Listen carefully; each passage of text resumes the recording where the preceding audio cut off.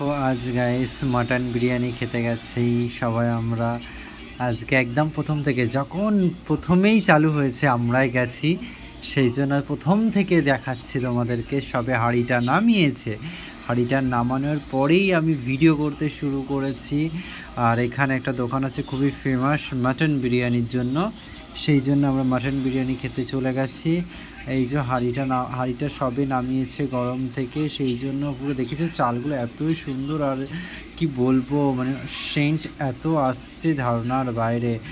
এই যে কাকুটা কি করে নিচ্ছে, প্রথমে ভাতটা করে নিচ্ছে রাইসগুলো ওপর থেকে, তারপরে তোমাদের দেখবে যখন কাটবে না এত সুন্দর করে কাটছে ধারণার বাইরে।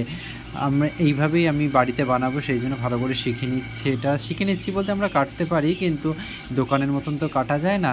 এই যে দেখতে পাচ্ছ মাটনগুলো ওপরে তুলে নিচ্ছে এইভাবে কাটবে বলে, সেই জন্য। আর যে তোমার নালির পিস আছে না, এত সুন্দর পিসগুলো ধারণার বাইরে, পুরো এক একটা প্রায় 150-200 গ্রাম করে। সেই জন্য এই যে প্রথমেই প্লেটে দিয়ে দিচ্ছে। এই যে কাটাও হয়ে গেছে, 3-4 জন খাচ্ছে। প্লেটে দেওয়ার পরে এই যে খাওয়া শুরু করে দিচ্ছে। আর মাটন কি বলবো, তোমার মাটনের পিসগুলো এই সুন্দর, আর পুরো ঘি দিয়ে ভাজা মাটনের পিসগুলো এত সুন্দর করে